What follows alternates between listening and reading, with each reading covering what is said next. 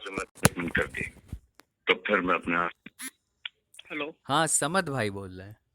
जी बोलिए। वो गलत नाम हमने सुन लिया था। और सब अच्छा। खैरियत है? जी बोलिए, अल्लाह का करम है, आप सुनाइए। जी, अल्लाह उसके रसूल का करम है। कहाँ रहते हैं आप? आगरा से। अच्छा, आगरा में रहते हैं। अरे जी। मैं ये कह रहा था, आप मसलक अहले हदीस से ताल्लुक़ रखते हैं? जी नहीं भाई। फिर?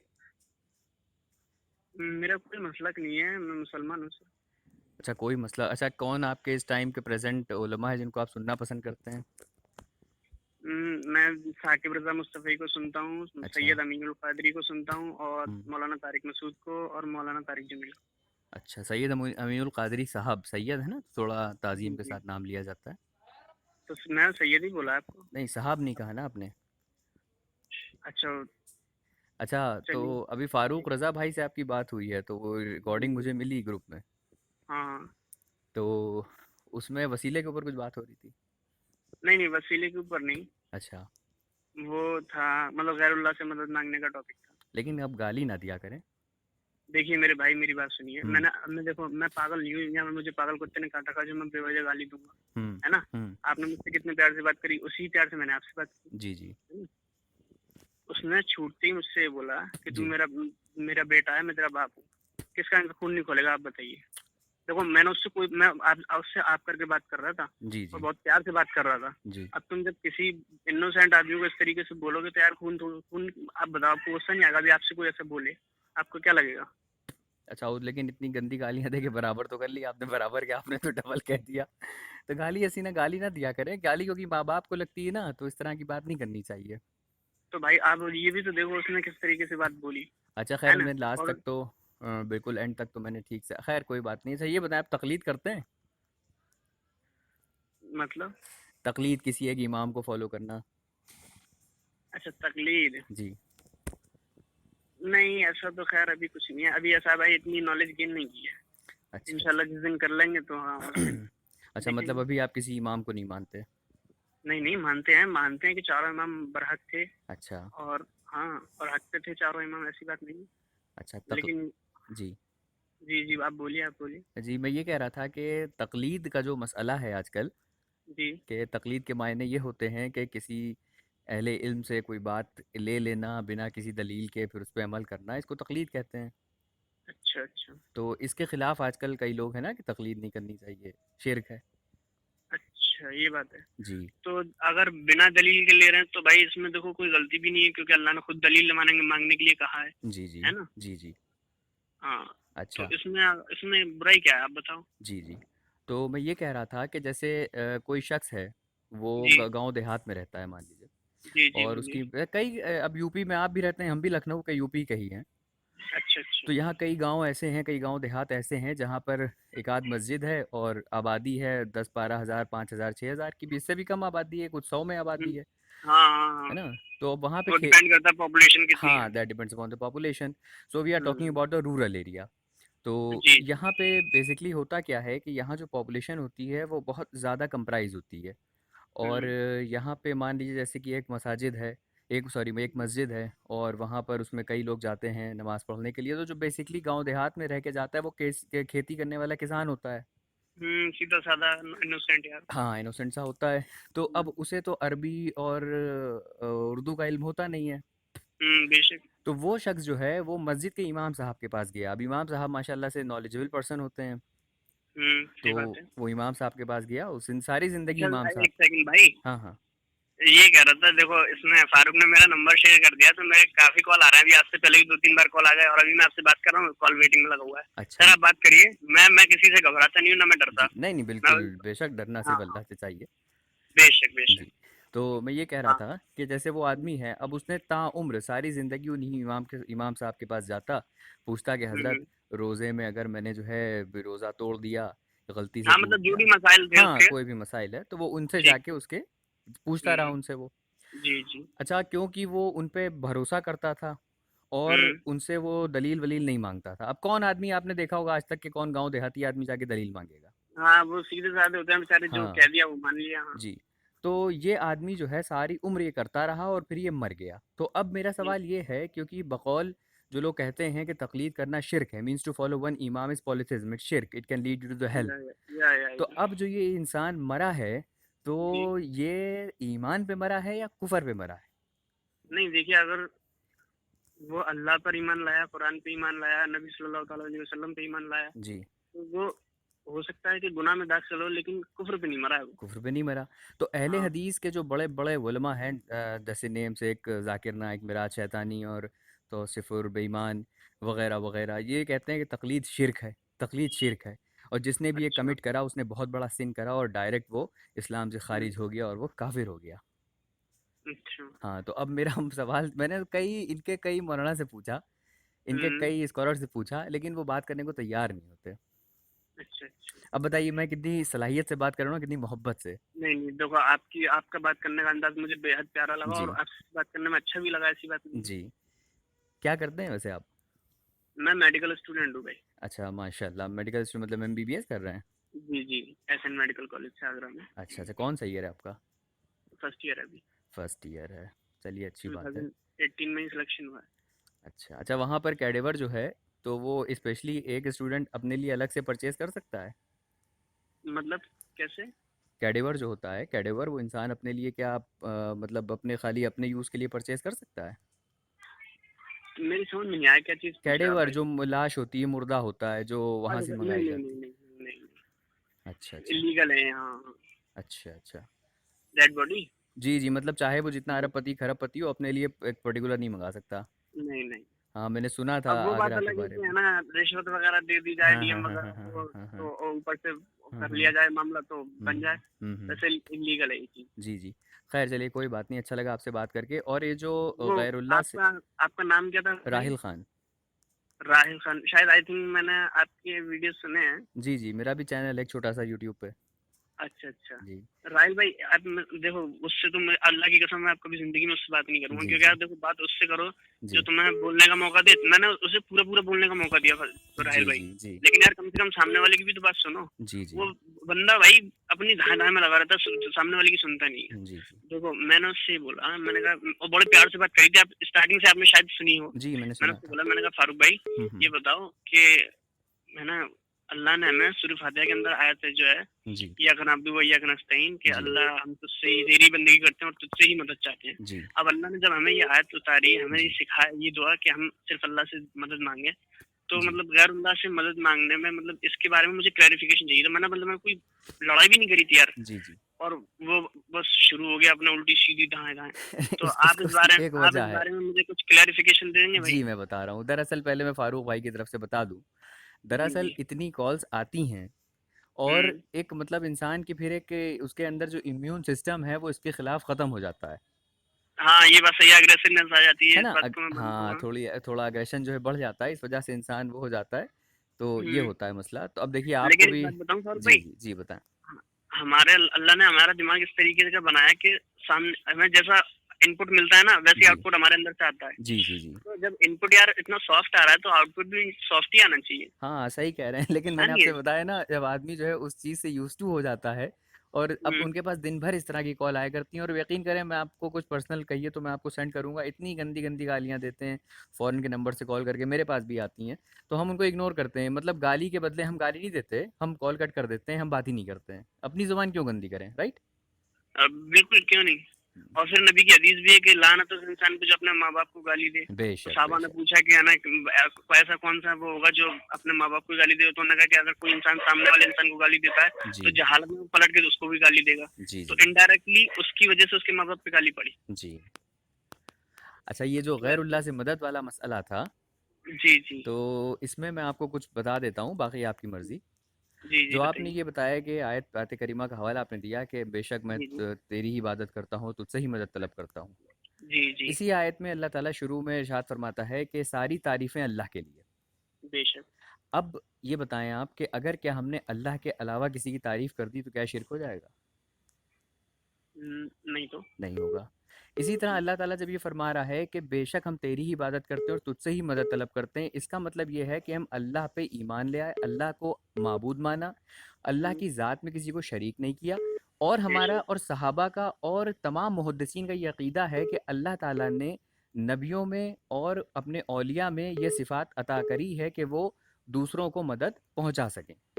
जैसे हाँ, कि ये बात अल्लाह हकीकत ताला है, मैं जी, मानता हूँ। जैसे अल्लाह ताला कुरान करीम में इरशाद फरमाता है, ग़ालिबन सूरह तहरीम है, मुझे एग्ज़ैक्टली नहीं याद इस वक़्त। आयत नंबर 4 में जी, क्या है? आयत नंबर 4 सूरह तहरीम में आयत नंबर जी। 4 में है कि अल्लाह के अच्छे बंदे आपके मददगार हैं। मददगार हैं। तो इसी तरह से कई आयतें करीमा हैं। अब यहाँ जो तसव्वुर इस चीज़ का आदमी ले लेता है कि अल्लाह तो फरमा रहा है कि हम तुझसे ही मदद मांगे, तो यहाँ पे मसला ये है कि माबूद के ताल्लुक से है।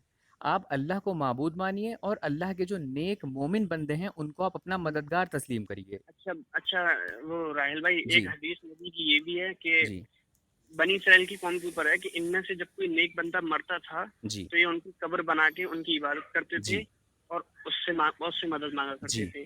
तो अल्लाह के नजदीक ये सबसे बुरे लोग हैं। जी, तो यार ये चीज, अब आप बताओ, ये जी, चीज मैं हो रही क्लियर ना आज कर के देता टाइम हूँ। में? जी, वहाँ पर लफ्ज़ आया है कि ये इबादत करते थे, उनको माबूद तस्लीम करते थे।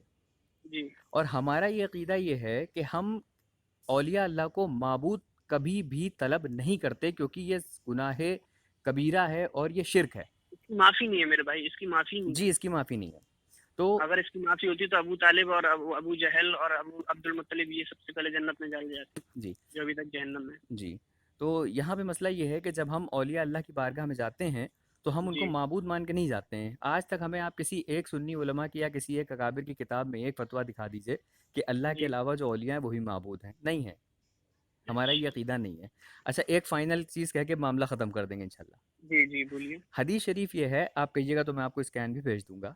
हदीस शरीफ नहीं ये नहीं, है कोई बात नहीं, कि हाँ बताइए। सहाबा इकराम ने रसूलुल्लाह सल्लल्लाहु अलैहि वसल्लम ने सहाबा इकराम से अर्ज़ की इरशाद फरमाया कि हम्म, कुछ लोग ऐसे होंगे आगे चल के जो मुसलमान पर अपने पड़ोसी पर तलवार चलाएँगे। उन्होंने इस्लाम की हम्म, चादर ओढ़ रखी होगी और वो अच्छा। शिर्क की तोहमत लगाएँगे। तो सहाबा इकराम ने पूछा, या रसूल अल्लाह, क्या आपकी उम्मत मुशरिक हो जाएगी? तो नबी पाक सल्लल्लाहु ताला अलैहि वसल्लम ने इरशाद फरमाया, नहीं, और इनमें से मुशरिक वो होगा जो कि शिर्क की तोहमत लगाएगा। और मेरी उम्मत, मैं आपको दो हदीसों को एक साथ बता रहा हूँ, और जी मेरी जी। उम्मत ना तो पत्थर पूजेगी, ना पेड़ पूजेगी, ना चांद को पूजेगी, ना सूरज को पूजेगी, और बेशक। मुझे अपनी उम्मत पे शिर्क का खौफ नहीं है, और जो किसी दूसरे पर शिर्क की तोहमत लगाएगा वो खुद मुशरिक हो जाएगा। जब हमारे करीम आका ने सही हदीस के अंदर वाज़ेह फरमा दिया कि मेरी उम्मत शिर्क नहीं करेगी, और जो इन हम्म, पे मुशरिक का फतवा लगाएगा वो खुद काफिर हो जाएगा, तो इंसान को बेशक समझ सही जानी बात है। चाहिए ये बात, राइट? हाँ हाँ, क्यों नहीं, और क्या। हम्म, अगर नबी की ये हदीस है तो जी, बेशक हर शिर्क का तहमत लगाने वाला इंसान खुद बेशक काफिर में काफिर हो है। जाएगा, और क्या। अब मैं आपको हाँ। इंशाल्लाह अभी व्हाट्सएप पे इसका हवाला भेज दूंगा अभी थोड़ी देर में। अच्छा, वो राहिल भाई, जी, वो क्या कह रहे थे हमें, हाँ ये जी, पक्की कब्रें जो बनाई जाती है मजार, जी, इसके इसके रेफरेंस में कुछ बताइए जरा, इसका कहीं हवाला है, कोई हदीस है इससे जी। साबित? देखिए, कब्र की पहले तो इस्तिलाही तारीफ जाननी पड़ेगी हमें। कब्र तो कब्र है, फिर वो कच्ची कब्र बनती है बस, जी, मैं बता रहा हूँ। और क्या है उसमें? दरअसल होता क्या है कि कब्र जो है, हम्म, हर चीज़ के दो मायने होते हैं। एक डिक्शनरी मीनिंग होती है, लुग़वी मायना, एक होता है इस्तिलाही मायना, यानी कि शरीयत में क्या मायने हैं। ठीक है। तो शरीयत में जो कब्र है, और पक्की कब्र से मतलब ये होता है कि कब्र अंदर से, जो अंदर का मसला होता है उसे कब्र कहा जाता है, अच्छा, और वो पक्की नहीं होनी चाहिए। तो भाई नबी की कब्र तो ना पक्की, ना अंदर से जी, और ना जी, ना ऊपर से, ना अंदर से, ना बाहर से, कहीं से भी, जी, मतलब सिर्फ ऐसी कच्ची बनी हुई है जैसे जी। बनी होती है। जो तो औलिया की नबी से कब्र बड़ा होती मैं, है, जो एक औलिया की कब्र सेकंड होती राहिल है। भाई, जी, राहिल भाई जी, एक जी, सेकंड, नबी से बड़ा मर्तबा तो किसी और अल्लाह का नहीं है, बेशक किसी का नहीं है। है ना? तो जब जी, उनकी कब्र कच्ची बनी हुई है मेरे आका की, तो फिर इन सब का मतलब दर्जा इतना बड़ा हो गया कि इनकी कब्र पक्की बनेंगी। और देखिए, नबी की हदीस भी है कि या अल्लाह मेरी कब्र को बुत ना बना देना। जी, अब देखिए, बुत से मतलब ये तो नहीं था कि नबी की कब्र मूर्ति बन जाएगी, लेकिन बुत के कहने का मतलब उनका ये था कि मेरी कब्र की पूजा नहीं होने लगे, जी, इबादत नहीं होने लगे। जी। तो ये इसलिए कहा गया है, पहली चीज़ तो ये जो अभी आपने हदीस बयान फरमाई कि मेरी कब्र को बुत ना बना देना, ये इसी जी के जी। ताल्लुक से ये है, क्योंकि पिछली जो रसूलुल्लाह सल्लल्लाहु अलैहि वसल्लम के पहले के जो लोग थे, तो वो कब्रों को माबूद बना लिया करते थे, सही है। ठीक है? और ये दूसरी चीज़ जो है कब्र पक्की होने का, तो कब्र पक्की होने से ताल्लुक मुराद अंदर से पक्की होना है, और अंदर से नहीं ना नबी नहीं, पाक सल्लल्लाहु ताला अलैहि भाई वसल्लम की कब्र पक्की राहिल है। भाई, जी, बोलें।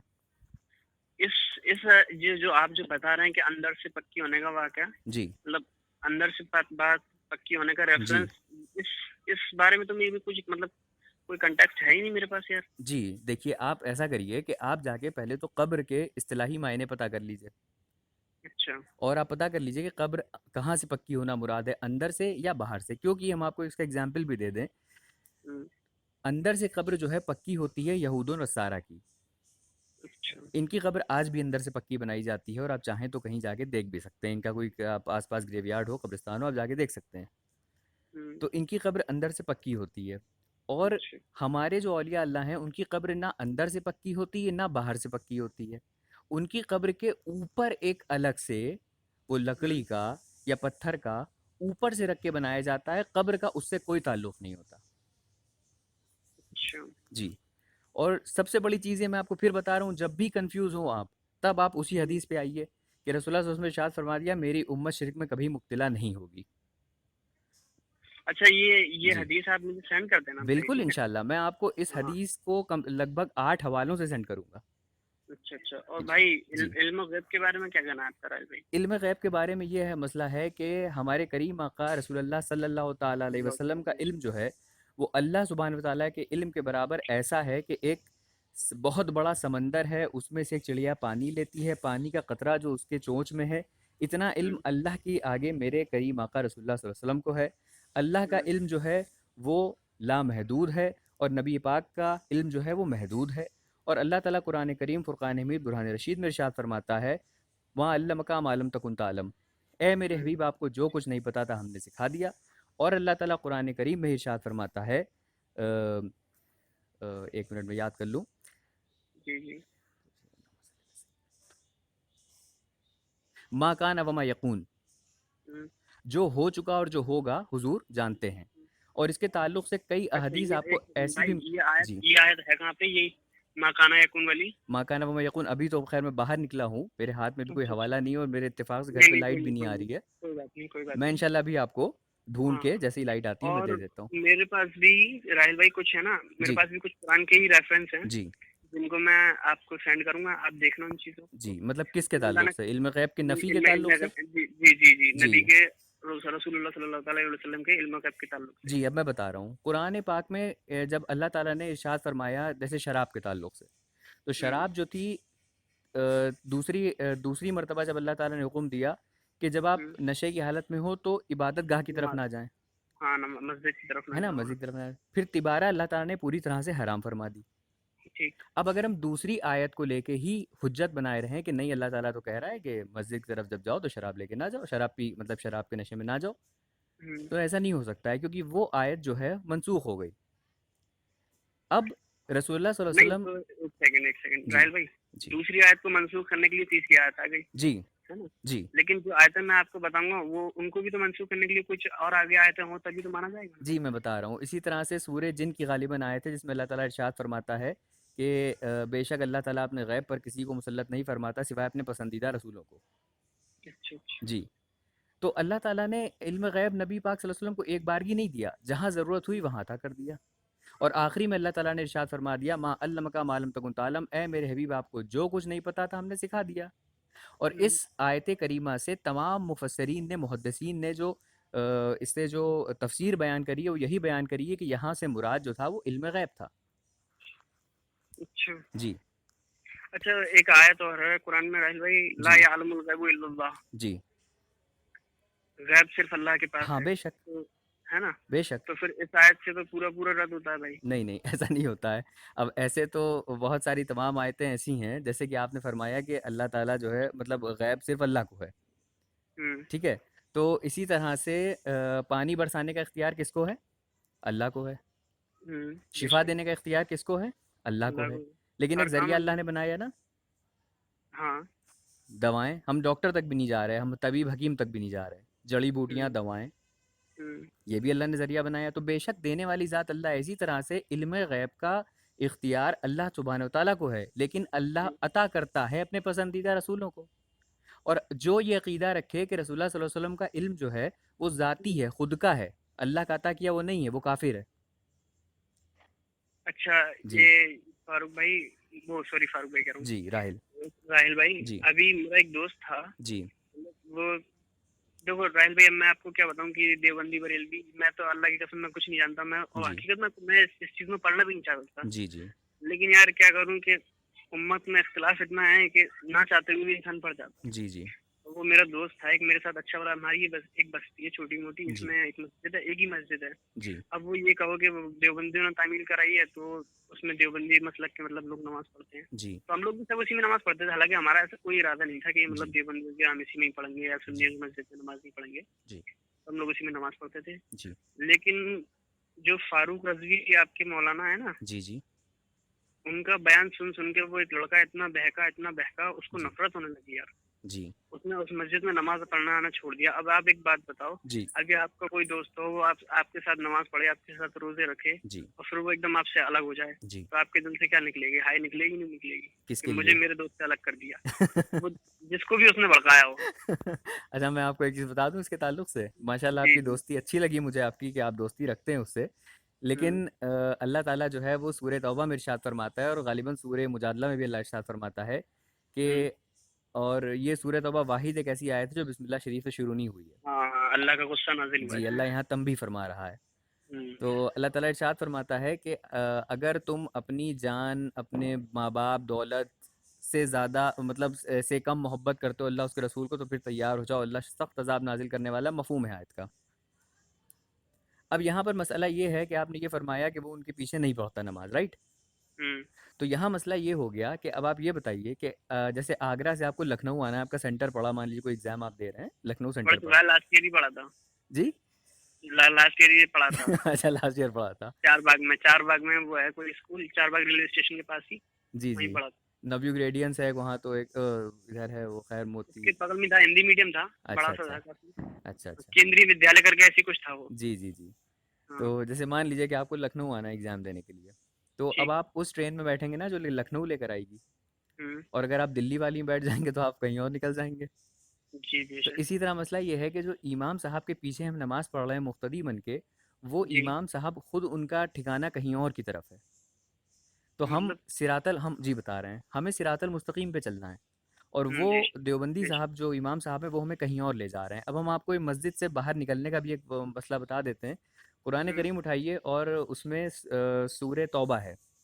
है। सूरा सू- नंबर 9। सूरह तौबा है, जिसमें हाँ मस्जिद होगी, आप ज़र्रार का वाक़या बताइए। है।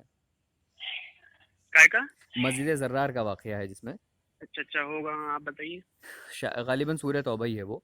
तो सूरह हम्म। तौबा में है कि अल्लाह के नबी रसूलुल्लाह सल्लल्लाहु अलैहि वसल्लम एक बार आप जुमे के दिन मिंबर पे जलवा अफरोज़ थे, और आप नमाज़ पढ़ने सॉरी, आप खुतबा देने के लिए खड़े भी नहीं हुए कि अल्लाह की तरफ से हज़रत जिब्रील अमीन तशरीफ़ लाए, और हम्म। आपने हुज़ूर पाक सल्लल्लाहु ताला अलैहि वसल्लम की बारगाह अक़दस में अर्ज़ किया, या रसूल अल्लाह, अल्लाह ने हुक्म दिया है कि इस मस्जिद में जितने मुनाफिकीन हैं उनको बाहर निकाल दिया जाए।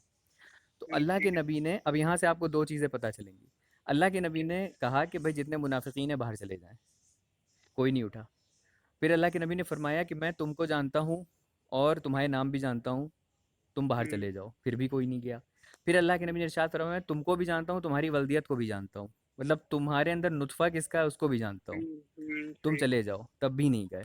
तो फिर रसूलुल्लाह सल्लल्लाहु अलैहि वसल्लम ने उनका नाम लेके वल्दियत के साथ उनको बाहर निकाला। तो कई रिवायतों में आता है 150, कई में आता है 300, कई में आता है 500, इतने मुनाफिकीन बाहर निकाले गए। अच्छा निकलने के बाद इन्होंने क्या करा कि अपनी एक नई मस्जिद तामीर करी, जिसका नाम रखा मस्जिद ज़र्रार। और ये अच्छा। रसूलुल्लाह सल्लल्लाहु अलैहि वसल्लम की बारगाह में पेश हुए।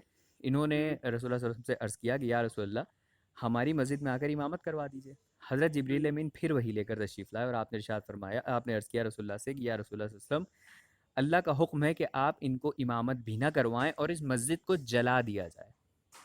अच्छा। ये कुरान का हुक्म है और अल्लाह का हुक्म है, ये कोई हदीस नहीं कि आपको ढूंढने में परेशानी हो। बेशक बेशक बेशक जी। बेशक। तो इस मस्जिद को जला दिया गया। अब वहाँ पे एक चीज़ नोटिस आपने करी होगी कि नहीं करी होगी, मैं आपको थोड़ा सा बता देता हूँ। जी। जब रसूलुल्लाह सल्लल्लाहु अलैहि वसल्लम ने इरशाद फरमाया कि मैं तुम्हारे नाम जानता हूँ, तो ये नहीं उठे। सही। फिर रसूलुल्लाह ने फरमाया कि मैं तुम्हारी वल्दियत भी जानता हूँ, तब भी नहीं उठे, क्योंकि इनको इस चीज़ का यकीन था कि इनको गैब की खबर कहाँ, हम किसकी औलाद हैं इनको क्या पता। हम्म। और हम मुनाफिक हैं, मुनाफिक होना तो दिल की कैफियत है ना। सही बात है, हमारे अंदर कौन कैसे घुस गया, ये बात हाँ अल्लाह जान सकता है। हाँ, अल्लाह जान सकता है। तो ये नहीं उठे। बेशक। फिर जब रसूलुल्लाह सल्लल्लाहु अलैहि वसल्लम ने इनको बाहर निकाला, तो अब यहाँ से दो चीज़ें पता चल गई। एक तो ये पता चल गई कि जो मुनाफिक होता है उसकी एक अलामत ये भी होती है, उसके अंदर एक क्या? सिफ़ात ये भी पाई जाती है कि वो नबी के इल्म गैब का इनकार करता है। और दूसरी चीज़ ये कि इनको इनके नमाज इनके पीछे पढ़ना तो दूर, हमारे नबी ने तो इनको पढ़ा ही नहीं। अच्छा। और यही सिफ़ात देवबंदियों में देखने को मिलती हैं। आप देवबंदियों की लिटरेचर उठाइए, इनकी किताबें उठाइए, आप मुझसे मांगिए, मैं आपको 6000 किताबों के स्कैन दूंगा ओरिजिनल पेज के, अच्छा अच्छा, जिसमें उसमें क्या है? इन्होंने सरी कुफ्र बका है, सरासरी कुफ्र बका है माजल्ला। क्या चीज़ है सौरभ राइल भाई? इन्होंने कुफ्र बहुत लिखा है अपनी किताबों में, जैसे कि इन्होंने लिखा कि रसूलुल्लाह सल्लल्लाहु अलैहि वसल्लम को का जो इल्म है माजल्ला वो पागल मजनून बच्चे जानवरों जैसा है माजल्ला। किताब का नाम हिफ्जुल ईमान। इन्होंने इसी, और मेरे पास सारी किताबें मौजूद हैं, और मेरे पास छोड़िए ये किताबें आपको मार्केट में अवेलेबल हो जाएंगी, आज भी बिक रही हैं। अच्छा जी। और इन्होंने लिखा कि मोहम्मद से अच्छी तो हमारी लाठी है माजल्ला, भैंस के भगाने के तो काम आती है माजल्ला। इस तरह की बातें आ रहे हैं, इस तरह इन्होंने अपनी किताबों में कुफ्र बका है।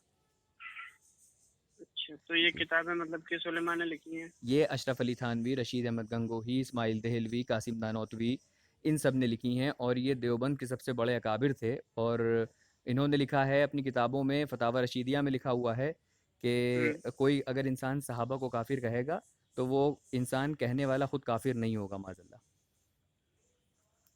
सहाबा को काफिर कहने से बंदा समझ रहा काफिर हूँ। नहीं होगा माजल्ला। अच्छा। और सहाबा का आप तो जानते हैं फिर उनका ईमान कहाँ है। अरे बेशक बेशक, हम ये तो सब उनके पैरों मसले, में धूल जी ही। बेशक। तो खैर मेरा खाने का वक्त हो गया, माजरत चाहेंगे, इंशाल्लाह फिर बाबा, आपसे बात करेंगे। हाँ इंशाल्लाह ठीक है। जरूर आऊंगा। जी, दुआ में आपसे याद बात करके रखिएगा। अच्छा लगा। जी बहुत शुक्रिया, मुझे बहुत अच्छा आप लगा। भी भाई, आप भी। जी। अल्लाह हाफ़िज़।